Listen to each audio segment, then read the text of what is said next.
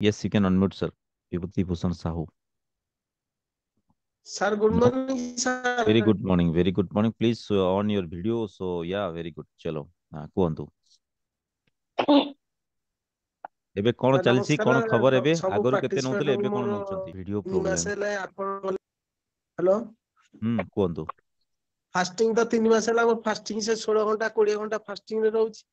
ହୁଁ ହୁଁ ହୁଁ ହୁଁ ଏ, ଯେମିତି ଆପଣ ବତେଇଥିଲେ ସେମିତି ସବୁ ଖାଉଛି କିନ୍ତୁ ମୋର ଏପିଏସ୍ ଟା ଫାଷ୍ଟିଂ ଟା 110 ଭିତରେ ରହୁଛି। ଆଜ୍ଞା ଆଜ୍ଞା କିନ୍ତୁ ମୋର COVID-19 ବେଳେ କୋଭିଡ ରେ ଛାଡିଥିଲି ସେଇଦିନ ଠାରୁ ଇମ୍ୟୁନିଟି ପାୱାର ଟା ମୋର କମ ଥିଲା। ଇନ୍ସୁଲିନ ଚାଲୁ କରିଥିଲି 3 ଟାଇମ।